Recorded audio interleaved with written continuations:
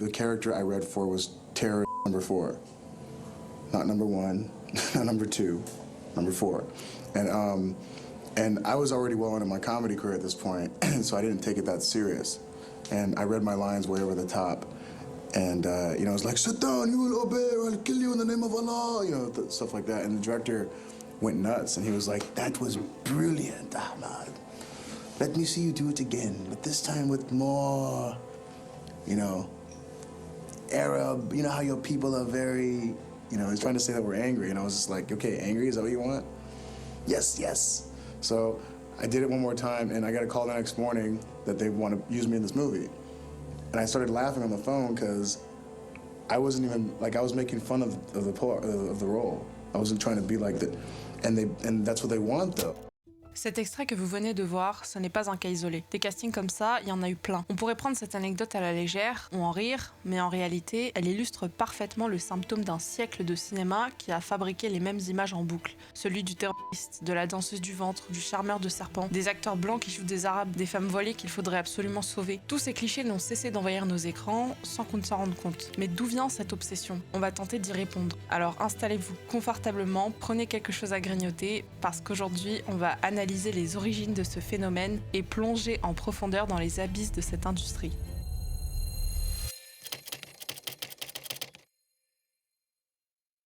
Pour mieux comprendre les origines de ce phénomène, il faut remonter en 1830 avec le début des colonisations européennes en Afrique. C'est à partir du 19e siècle que, vous le savez peut-être, les pays européens se disputaient les pays d'Afrique. Tout le monde voulait sa part du gâteau. La France a donc eu l'Algérie, le Maroc et la Tunisie. L'Angleterre a eu l'Égypte. Les Européens se sont installés, mais ceux qui sont restés derrière se sont imaginés à quoi ressemblait la vie là-bas. C'est comme ça que des artistes qui n'ont jamais mis les pieds en Afrique ont commencé à pondre des œuvres idéalisées à la suite. Quelles conséquences? Les gens se sont mis à fantasmer l'Orient.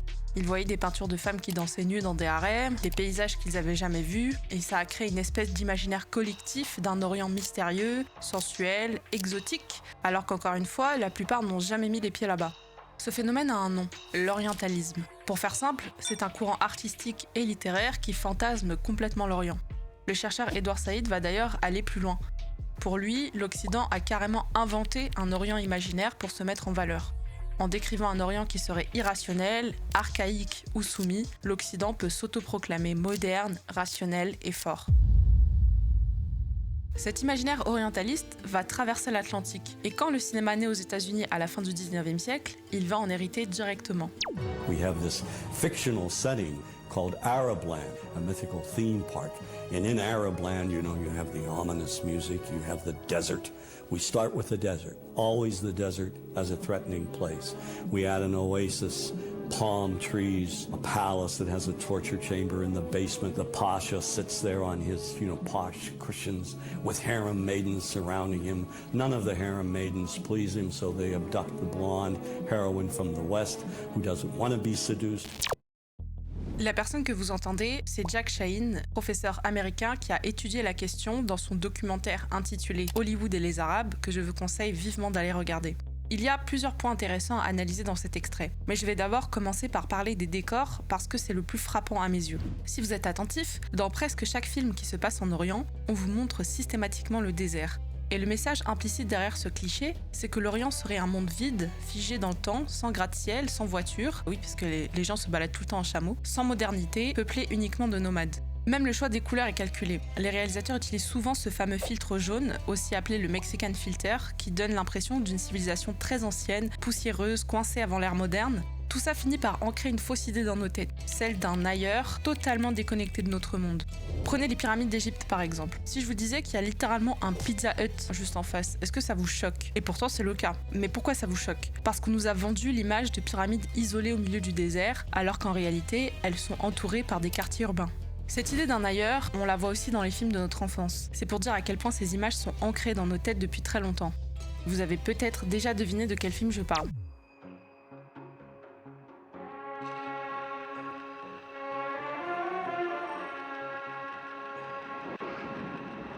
I come from a land, from a faraway place, where the caravan camels roam, where they cut off your ear if they don't like your face.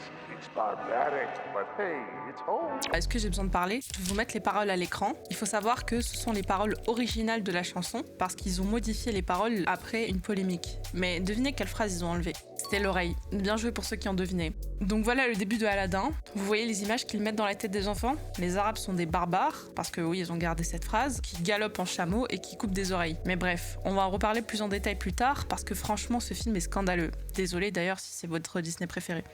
On a vu que cet imaginaire prenait donc racine en Europe avec la colonisation et l'orientalisme. Mais comment ce fléau s'est-il par la suite propagé dans le cinéma hollywoodien et international? On va le voir tout de suite.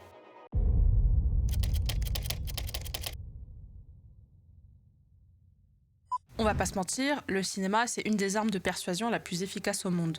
Pour un politicien, c'est une mine d'or, parce que c'est de la propagande facile. On pose son cerveau, on bouffe son popcorn et sans s'en rendre compte, on absorbe des idées sans jamais les remettre en question. L'ancien patron de la puissante Motion Picture Association, Jack Valenti, disait même que Washington et Hollywood partagent le même ADN. Et quand on voit le nombre hallucinant de films qui s'acharnent sur les Arabes et les musulmans, on comprend vite que le cinéma peut servir des intérêts. D'après le professeur Chahine, tout bascule vraiment après la Seconde Guerre mondiale. Le cliché de l'arabe barbare explose au cinéma suite à 3 événements majeurs. Premier événement, le conflit israélo-palestinien, avec notamment les États-Unis qui soutiennent Israël. Deuxième événement, le choc pétrolier. Les Américains ont détesté voir les prix à la pompe s'envoler et il fallait donc trouver un coupable. Et quel meilleur coupable que les Arabes? Et troisième événement, la révolution iranienne. Je vais pas faire de cours d'histoire parce que sinon ça serait trop long, mais en tout cas ces 3 événements ont bien servi de prétexte au gouvernement américain pour se fabriquer un nouvel ennemi public numéro 1. Et quoi de mieux que le cinéma pour propager cette idée, n'est-ce pas? But what we are saying is that there is a strong body of films which we could call national security cinema. And there are, say, hundreds of these films which basically reproduce the same kind of ideas about American power. The idea that the United States is benevolent, that the use of force is effective and good and doesn't come with any consequences. Ce passage est très intéressant car il n'y a qu'à voir comment le cinéma hollywoodien traite le conflit israélo-palestinien. Par exemple, une des sociétés de production les plus connues des années 70, c'était Cannon Films, créé par 2 producteurs israéliens qui ont inondé Hollywood avec plus de 30 films qui dépeignent les Arabes et surtout les Palestiniens comme des terroristes. 30 films. 30 films qui dépeignent systématiquement les Palestiniens comme des terroristes. À ce stade, c'est pas de la création artistique, c'est des messages subliminaux. Ils ont notamment produit le film The Delta Force qui raconte l'histoire de 2 Palestiniens qui détournent un avion et s'en prennent aux passagers en ciblant spécifiquement les passagers juifs. Pick out the passport with Jewish names. La chercheuse El Sultani évoque le conflit israélo-palestinien comme le début de la diabolisation des arabo-musulmans à Hollywood. In my research specifically around media, what I found is that the stereotype of the really emerges out of the Israeli-Palestinian quote-unquote conflict. And it's after the invasion of Palestine and the colonization of Palestine that we start seeing Palestinians cast as terrorists. Et même sans parler des Palestiniens, Hollywood a très souvent dépeint les Arabes comme une civilisation inférieure, incompétente, débile, qui ne connaît que la violence et l'avarice.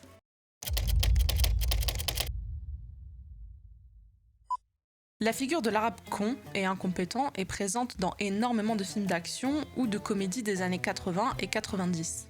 Si vous êtes attentif, ils sont souvent dépeints comme incapables de viser, ils tirent partout sauf sur la cible. Cons parce qu'ils se font avoir par les pièges du héros principal, supplément accent bien forcé.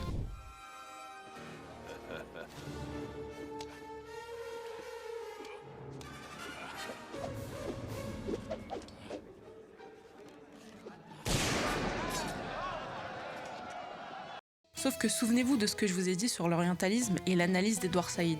En montrant des personnages arabes cons ou maladroits, on rassure le public occidental sur sa propre supériorité technologique et intellectuelle.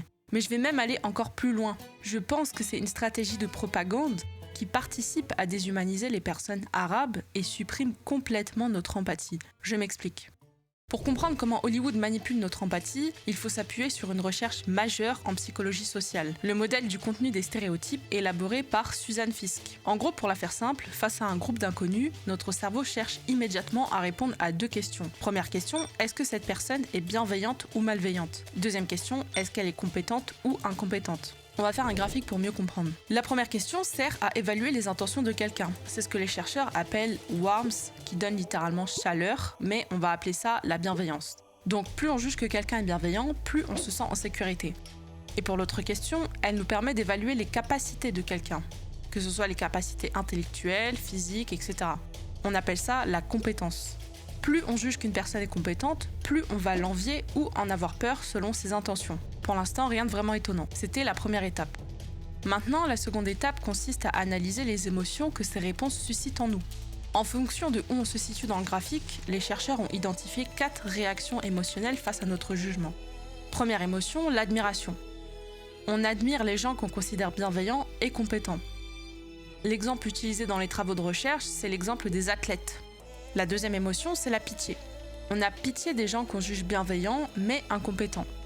Autre exemple, les personnes âgées et les personnes handicapées. Troisième émotion, l'envie. On va avoir peur des personnes malveillantes, mais envier leurs compétences. Ça va être par exemple le cas des personnes riches, des businessmen, etc. Et la dernière émotion, la plus importante, le mépris ou le dégoût. On va mépriser les personnes que l'on juge à la fois malveillantes et incompétentes, parce qu'on considère que même si elles ont des mauvaises intentions, elles ne pourront jamais rien en faire. Ça va être le cas des personnes addictes aux drogues ou encore des personnes sans abri. Les chercheurs sont allés encore plus loin. Ils ont fait des analyses du cerveau via l'imagerie cérébrale et ont découvert que lorsqu'on est face à un être humain, une zone spécifique de notre cerveau s'active, le cortex préfrontal médian. C'est la zone qui nous permet de faire la différence entre un humain et un objet par exemple. C'est aussi celle qui nous permet d'identifier l'état émotionnel des gens en face de nous. Donc en gros, c'est la zone qui s'active quand on a de l'empathie pour quelqu'un. Sauf que les résultats de ces analyses neurologiques ont révélé que justement, face au groupe envers qui on ressent du mépris ou du dégoût, cette zone du cerveau est drastiquement moins active. Tout comme quand on est face à un objet. Le cerveau ne traite plus l'autre comme un être humain, il finit par le déshumaniser. Maintenant, on peut faire plusieurs interprétations de ces résultats. Pour faire le parallèle avec le cinéma, personnellement je pense qu'en montrant constamment les personnes arabes dans les films comme un groupe agressif et incompétent, Hollywood les place dans la catégorie du mépris. C'est le cliché du terroriste qui va maladroitement s'exploser par exemple. Donc selon moi, les producteurs ou les réalisateurs qui façonnent cette image dégradante contribuent volontairement ou involontairement à désactiver la partie de notre cerveau qui nous permet de ressentir de l'empathie pour les Arabes. Et les conséquences peuvent être très dangereuses car moins le public a d'empathie pour un groupe de personnes, plus il est facile de justifier toute forme de violence à son encontre. Et je vais même aller jusqu'à dire que c'est un schéma que l'on ne voit pas seulement au cinéma, mais aussi dans les médias. À force de sans cesse diaboliser la communauté arabo-musulmane, les médias conditionnent les spectateurs à ne plus avoir d'empathie et peuvent ainsi plus facilement justifier des violences. Bref, revenons à notre sujet. Cette image du bouffon incompétent qu'on méprise n'est que le premier stade de la déshumanisation. Le second stade est celui de la peur. On passe donc de l'arabe ridicule dont on se moque à l'arabe que l'on craint. Je vous ai dit que je vous reparlerai de l'abomination qu'est Aladdin. Et bah c'est le moment, on va analyser un extrait en particulier. You must be hungry. Here you go. You'd better be able to pay for that. Hey? No one steals from my Oh, cart. I'm sorry, sir. I don't have any money. Thief! Oh, please. If you let me go to the palace, I can get some from the Sultan. Do you know what the penalty is for stealing? No, please. Oh, Thank you, kind sir. I'm so glad you found me. Alors déjà, est-ce qu'il y a vraiment besoin de commenter ? Je me pose juste une question. Pourquoi ? Encore une fois, quelle image ça met dans la tête des gosses ? Que les Arabes sont des barbares qui suivent des lois sanguinaires, qui ne savent que répondre par la violence ? Que la cruauté est la norme quotidienne chez eux ? En plus, dans cette scène, c'est Aladdin qui vient sauver Jasmine. Et qu'est-ce que ça veut dire selon moi qu'en s'opposant aux barbares, Aladdin se détache de sa propre culture ? L'idée sous-jacente, c'est que pour être un bon personnage, il faut rejeter les codes de sa propre culture jugée sauvage. Vous allez peut-être trouver que je vais trop loin ou que je suis trop dans la suranalyse, mais ce Disney m'énerve tellement, j'ai dit que j'allais pas commenter. Mais j'ai un dernier truc à dire sur les dessins. Regardez la tête d'Aladdin et de Jasmine, nos personnages principaux, les gentils du film. Ils ont des traits très eurocentrés, le nez droit, une peau un peu plus claire que les autres. Et surtout, ils n'ont pas d'accent. À l'inverse, les méchants du film sont tous, sans exception, dessinés différemment d'Aladdin et Jasmine. Ils ont des traits stéréotypiquement plus arabes. Des nez crochus, des barbes. En gros, des physiques présentés comme désavantageux. La différence devient vraiment flagrante quand on compare Jafar et Aladdin. Pourtant, ils viennent tous les deux du même pays. Alors pourquoi les dessiner aussi différemment? Quel est le message transmis? Que la bonté et la beauté sont associées à l'Occident et que l'agressivité est réservée aux autres? Bref, de toute façon, Disney a toujours eu recours à ce procédé. Il n'y a qu'à voir comment les vilains sont dessinés. Toujours avec les traits exagérés. Un gros nez, les cheveux bouclés, en surpoids, etc. Disney associe ces traits physiques à de la disgrâce, à de la malhonnêteté, de la dangerosité, etc. Un enfant qui n'a pas le nez droit, qu'est-ce qu'il se dit en voyant que tous les méchants de ses films préférés ont le même nez que lui? Concernant Aladdin, en vrai ça mériterait une vidéo entière dédiée. Mais je vous conseille vraiment de revoir ce film avec vos yeux d'adulte et vous vous demanderez peut-être aussi comment on a pu laisser passer tout ça. Donc, j'en reviens à mon propos initial. Hollywood a contribué à cultiver la peur des Arabes en les dépeignant sans cesse comme des personnes violentes. Petite précision, depuis le début je parle des personnes arabes, mais en réalité c'est un mélange de racisme et d'islamophobie. Et puis de toute façon, est-ce qu'Hollywood fait la différence entre ethnie et religion? Honnêtement, il y a tellement de films stigmatisants que je sais même pas lequel vous montrer. Mais on va quand même se focaliser sur un film culte qui a marqué les années 90, True Lies. C'est un film d'action qui a littéralement lancé la carrière d'Arnold Schwarzenegger. C'est aussi un film réalisé par James Cameron, le réalisateur d'Avatar, déjà très critiqué pour ses films que beaucoup jugent être de l'appropriation culturelle. Sauf que True Lies, c'est un des films les plus racistes et islamophobes que Hollywood ait produit. L'impact a été tel qu'il a été interdit dans 54 pays arabes et musulmans. Et il a même été condamné par l'American Arab Anti-Discrimination Committee, qui exigeait qu'on mette un disclaimer au début du film qui précise que ce n'est pas représentatif de la communauté arabe. Par ailleurs, une enquête du professeur Matthew Alford a révélé que plus de 800 longs métrages et 1101 séries télévisées produites entre 1911 et 2017 ont reçu le soutien du département de la défense des États-Unis et de l'armée américaine. Le procédé était simple. En gros, si une société de production voulait accéder aux équipements militaires, elle devait soumettre son script à leur bureau. Si le script ne leur plaisait pas, alors on leur refusait toute aide. S'il leur plaisait, alors des modifications pouvaient être demandées. Ce qui explique aussi pourquoi beaucoup de films sont valorisants pour l'armée américaine. But what we have found since the original publication of Real Power, since the original publication of this book in English, over the past few years we have found that there's been much more involvement, direct involvement by the Pentagon and CIA in terms of consciously manipulating and crossing out bits of scripts to make those films more appropriate for the purpose that they want them for, which is to recruit military personnel, to recruit CIA operatives, and they don't say it quite as clearly, but it's obvious that they want to rewrite history in their own image. Parmi ces films, on avait le film True Lies. Donc encore une fois, ça prouve à quel point le cinéma et la politique sont interconnectés, et même que le cinéma est politique. Parce que le film est au plus haut point islamophobe et on peut se demander pourquoi le gouvernement se mêle de la production d'un film de ce genre. Est-ce que ça veut dire que ça ne les dérange pas d'être associés à ça ?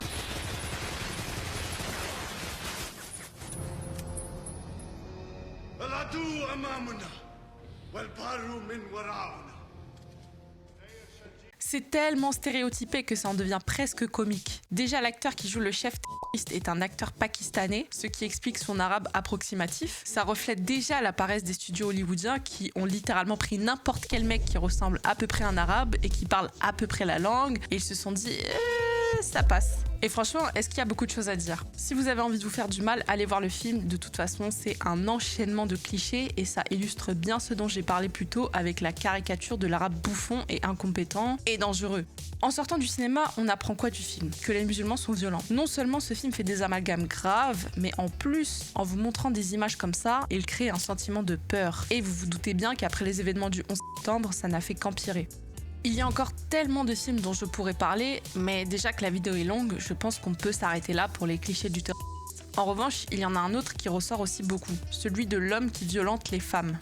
C'est un schéma assez récurrent également. Derrière certaines scènes, on retrouve l'idée que l'homme arabe est obsédé par les femmes blanches. Dans plein de films d'action, il y a au moins un moment où la jeune femme occidentale se fait kidnapper. Another pattern is the lecherous Arab. In the Bond film Never Say Never Again, Kim Basinger is abused by the most sleazy-looking Arabs imaginable. She's tied to a pole, stripped to her underwear, and auctioned off to primitive-looking Bedouins. And in Sahara, Brooke Shields is also kidnapped and presented to the lecherous Arab sheikh for his own perverted pleasure. En présentant l'homme arabe comme une menace pour la pureté de la femme occidentale, c'est une manière de justifier la domination coloniale en disant « Nous devons absolument protéger nos femmes de ces barbares ». Et à mon sens, ces représentations renforcent le processus de déshumanisation. Et si vous pensiez que le stéréotype s'arrête aux hommes, attendez de voir comment Hollywood traite les femmes arabes.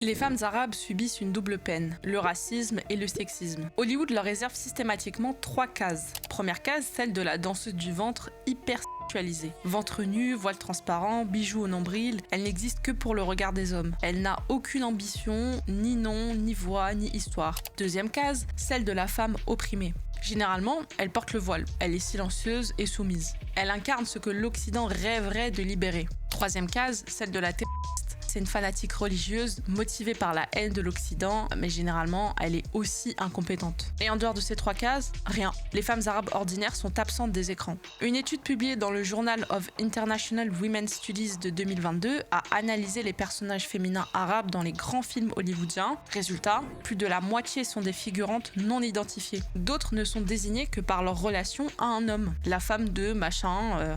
Seulement 13% des personnages féminins arabes ont un prénom. Concernant le voile, lui est utilisé pour affirmer une certaine supériorité morale. L'écrivaine Elisabeth Fernea expliquait que le voile est perçu par les Occidentaux comme un symbole de restriction et d'inégalité. Et cette perception, Hollywood va l'exploiter. Dans Iron Man 3, le personnage Iron Patriot libère, entre guillemets, des femmes portant le niqab d'un atelier clandestin et prononce une réplique sarcastique mais qui en dit long sur leur perception des femmes arabes. Yes, you're free. If you weren't before. Le message, dans tous les cas, est identique. La femme arabe a besoin d'être sauvée, et ce sauveur ne peut être qu'occidental. En effet, les femmes arabes sont fréquemment réduites à des rôles de victimes qui attendent qu'un sauveur blanc intervienne. Tout ça n'est pas le reflet avéré des cultures orientales et musulmanes. Il faut faire la part des choses. Et comme le dit très bien Jack Shaheen, plus les femmes arabes s'émancipent, plus Hollywood les maintient enfermées dans le passé. Bon, faisons le point. Aujourd'hui, on voit de moins en moins de films aussi clichés. Et ça, c'est parce que les gens sont de plus en plus éveillés sur certains sujets. Et c'est une bonne chose. Précision, depuis le début, je parle uniquement du cinéma hollywoodien parce que le cinéma français, lui, ne s'est pas arrêté. Mais bon, si je commence à parler du cinéma français, la vidéo va durer 2 jours. Cependant, le problème est tout autre de nos jours. Maintenant, la difficulté va être celle de trouver un rôle qui n'a rien à voir avec ses origines, et même de trouver un rôle tout court d'ailleurs. On passe de l'arabe mal représenté à pas du tout représenté.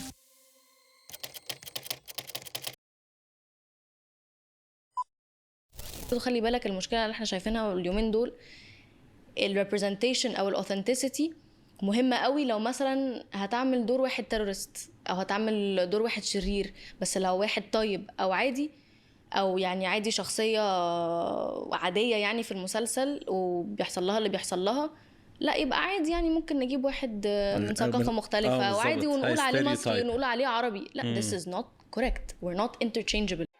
Dans cette interview, l'actrice égyptienne Yasmine Al-Abd met en lumière 2 points intéressants. Premier point, le fait que les seuls rôles disponibles pour les Arabes sont des rôles de méchants. Mais ça, on en a déjà parlé dans la première partie. Deuxième point crucial, elle dit que quand il faut incarner un personnage arabe qui a enfin un rôle bienveillant, on va caster n'importe quelle personne qui ressemble un peu à un arabe, même si ses origines sont différentes. Cette interview avait fait un peu polémique au moment de la révélation du casting de la série adaptative du manga One Piece, parce qu'il y avait eu une rumeur comme quoi l'actrice égyptienne avait été recalée du casting pour incarner Vivi, un personnage présenté comme d'inspiration égyptienne dans le manga. À la place, l'équipe de casting aurait préféré prendre Charitra Chandran, une actrice indienne. Personnellement, j'ai vu l'animé, et je me suis toujours dit que le personnage de Vivi devait être égyptien, parce que tout portait à croire que l'auteur s'était inspiré de l'Égypte antique. Je vais pas m'éterniser sur le sujet, car il y a déjà plein de vidéos intéressantes de youtubeurs anglophones qui en ont fait. Après, si ça vous intéresse une vidéo sur cette thématique, dites-le moi. Bref, revenons à notre sujet. Ce procédé de remplacer un acteur arabe par un acteur d'une autre origine est vraiment devenu extrêmement courant dans le cinéma récent. Sous la pression de représenter davantage de diversité, Hollywood va caster de plus en plus d'acteurs non blancs en voulant peut-être bien faire, sauf que ça fait l'effet inverse. Quand tu castes un Indien pour jouer un arabe, quel est le message transmis ? Que toutes les personnes à la pommade se ressemblent et sont interchangeables. Le cas le plus populaire est celui d'Aladin. Oui, encore une fois, j'en parle, mais cette fois-ci, c'est la version live action. Disney avait fait l'objet d'une polémique pour avoir casté Naomi Scott pour le rôle de la princesse Jasmine, alors que l'actrice est d'origine indienne. Certains ont estimé que cette décision reflétait un manque de représentation authentique et accusé Disney de confondre les femmes arabes et indiennes. Et ça revient un peu à ce que disait Yasmine Al-Abd. Hollywood pense que les pommades sont interchangeables. Beaucoup ont été en colère car ils ont estimé qu'on leur retirait une représentation. Résultat, ça participe à l'invisibilisation des personnes d'Afrique du Nord et des musulmans dans le cinéma. Une étude de l'Université de Californie du Sud a démontré que 90% des 200 films les plus populaires entre 2017 et 2019 n'avaient pas un seul acteur arabo-musulman dans leur casting. Et quand on y pense, est-ce que ça a vraiment changé aujourd'hui? Sur le Hollywood Walk of Fame, il y a 2800 étoiles. Vous connaissez les noms: Tom Hanks, Scarlett Johansson, Denzel Washington, Bruce Lee, c'est plein de diversité. Mais maintenant, cherchez un nom arabe. Vous pouvez tous les compter sur les doigts d'une main. Bon, de toute façon, Disney est vraiment catastrophique au niveau de la représentation, ça c'est pas nouveau. Mais si seulement ça ne se limitait qu'à Disney, on a d'autres exemples. Naveen Andrews, acteur indien qui joue un Irakien dans la série Lost, ou alors le grand Ben Kingsley, acteur indien qui a incarné tellement de rôles de l'arabe de service. Lui, c'est vraiment le chouchou d'Hollywood pour jouer tout ce qui vient du Moyen-Orient. Un seul acteur suffit pour tout un continent. Quoi qu'il en soit, la chercheuse Evelyn El-Sultani parle de confusion des personnes non blanches. En gros, elle dit que le cinéma va avoir tendance à regrouper plus facilement tous ceux qui ne sont pas blancs dans le même sac, en particulier les personnes à la peau mate. Et pour moi, ça renforce encore plus l'idée que l'arabe est une personne appartenant à la catégorie de l'autre qui vit dans un ailleurs complètement déconnecté du monde. Ça crée une séparation entre deux mondes qui ne se ressemblent en rien. Ce truc de mettre tout le monde dans le même sac est d'autant plus visible quand ils tournent des films dans les pays d'Afrique. L'exemple qui m'a le plus marqué en faisant mes recherches, c'est le film Opération Beyrouth, censé se passer au Liban, alors qu'en réalité le tournage a eu lieu au Maroc et les personnages libanais dans le film sont des acteurs algériens qui parlent le dialecte algérien. Le film s'appelle Opération Beyrouth. Il y a littéralement la capitale du Liban dans le titre. Même dans le film culte La Momie, qui se passe en Égypte, a été tourné aussi au Maroc, avec des acteurs qui parlent que le dialecte marocain. Donc imaginez si demain il y a un film qui se passe à Paris et tout le monde parle en allemand. C'est la même chose. Ça prouve encore une fois qu'ils ne font même pas la différence. Ils mettent le Maghreb et le Moyen-Orient dans le même panier alors que les deux cultures n'ont absolument rien à voir. Mais bon, pour eux, tant que ce sont des musulmans et qu'ils sont foncés, c'est pareil. On est face à deux procédés. Soit ils échangent l'arabe avec une autre ethnie qui lui ressemble, soit ils échangent les arabes entre eux. Mais on a aussi un nouveau procédé qui entre en jeu quand il s'agit de jouer des rôles héroïques. Le casting de personnes blanches. Petite parenthèse, depuis le début de ma vidéo, je parle des personnes arabes, mais j'entends par là les personnes MENA. Donc je disais, l'autre cas fréquent, c'est celui du whitewashing. Qu'est-ce que c'est que le whitewashing? C'est le fait de faire incarner par des acteurs blancs des rôles de personnes qui ne sont pas blanches. Et souvent, ça va être des rôles valorisants pour la plupart. Pourquoi faire, vous me direz? Parce que le whitewashing est en réalité une stratégie économique défendue par les studios. Le réalisateur Ridley Scott a justifié son choix de caster Christian Bale et Joel Edgerton dans les rôles principaux du film Exodus Gods and Kings, qui retrace l'histoire de Moïse et des pharaons, en déclarant, je cite, « Je ne peux pas monter un film de ce budget et dire que mon acteur principal s'appelle Mohamed machin chose de tel endroit. Je n'obtiendrai tout simplement pas le financement. » Cette déclaration révèle donc que le whitewashing est perçu par les studios comme une nécessité commerciale, ou alors une bonne excuse, ce qui dit tout de la place accordée aux acteurs arabes dans l'industrie. On le retrouve dans plusieurs exemples de films. Gods of Egypt, les réalisateurs ont fait un film entier sur l'Égypte sans même caster un seul acteur égyptien ou arabe. Tous les acteurs étaient des personnes blanches. Prince of Persia, l'acteur Jake Gyllenhaal a joué le rôle d'un prince perse. D'ailleurs, lui aussi s'est remis en question lors d'une interview sur le fait d'accepter certains rôles ou non. I think I learned a lot from that movie in that I spent a lot of time trying to be very thoughtful about the roles that I pick and why I'm picking them. And you're bound to, slip up and be like, oh, that wasn't right for me, or, that didn't fit perfectly. And there have been a number of roles like that, and then a number of roles that do. Dernier cas plus récent, le cas de Dune. Dune a fait polémique car déjà même le livre s'inspirait beaucoup de la culture maghrébine avec les Fremen d'Arrakis. Les Fremen d'Arrakis sont des nomades vivant dans le désert qui se proclament hommes libres. Ça vous fait pas penser à quelque chose? Je vais vous dire moi à quoi ça me fait penser. Aux Touaregs. Si vous ne le savez pas, les Touaregs sont des peuples berbères nomades qui vivent principalement dans le désert. On les appelle aussi les hommes bleus du Sahara. Bleus. comme les yeux caractéristiques des Fremen d'un bleu ultra vif. Et même quand vous voyez la présentation de certains personnages dans la série, comme Lady Jessica, on se rend compte que l'inspiration est vraiment flagrante des populations Amazigh, que ça soit au niveau des tenues ou au niveau du maquillage. Par exemple, on voit les tatouages sur le visage de Lady Jessica qui ressemblent très fortement aux tatouages symboliques des femmes Amazigh. Par ailleurs, si vous voulez en savoir plus, il y a un article qui est très intéressant que je vous mets en description qui liste toutes les expressions arabes qui sont utilisées dans Dune.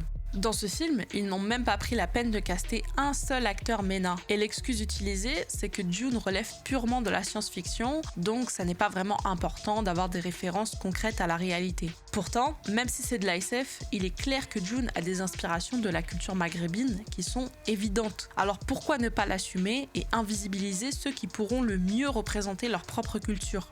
Qu'est-ce qu'on peut en tirer de tout ça ?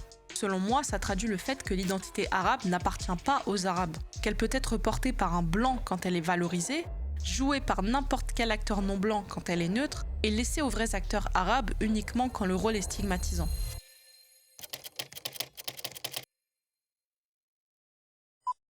Voilà, on a fait le tour. Ce que j'espère que vous retenez de cette vidéo, c'est que rien de tout ça n'est accidentel. Les stéréotypes ne tombent pas du ciel, ils se construisent jusqu'à devenir invisibles, jusqu'à ce qu'on les absorbe sans même s'en rendre compte, dans les films de notre enfance, dans les séries qu'on regarde en mangeant, dans les infos qu'on scrolle le soir avant de dormir. Et le problème avec quelque chose d'invisible, c'est qu'il continue de faire des dégâts même quand personne ne le voit. Parce que derrière ces images, il y a des conséquences très concrètes. Il y a des gamins qui grandissent sans jamais se voir représentés autrement que comme une menace ou comme une blague.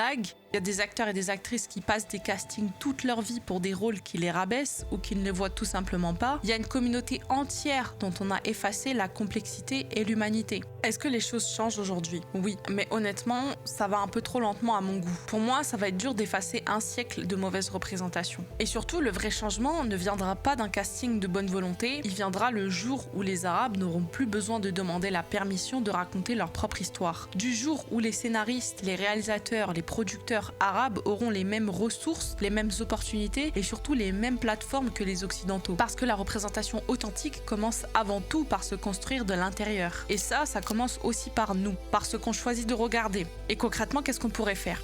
Chercher des films et des séries produits par des cinéastes arabes. Il y en a des excellents et il ne manque pas de talent, il manque juste de visibilité. La prochaine fois, quand vous regarderez un film, posez-vous la question. Qui a écrit cette histoire ? Qui l'a mise en scène ? Est-ce que les personnes représentées ont eu leur mot à dire dans la façon dont elles sont représentées ? Et surtout, apprenez à reconnaître les mécanismes dont on a parlé aujourd'hui. Rappelez-vous que ces images ne sont pas neutres. Et maintenant que vous les connaissez, vous ne pouvez plus les regarder de la même façon. Et c'est peut-être ça la première étape.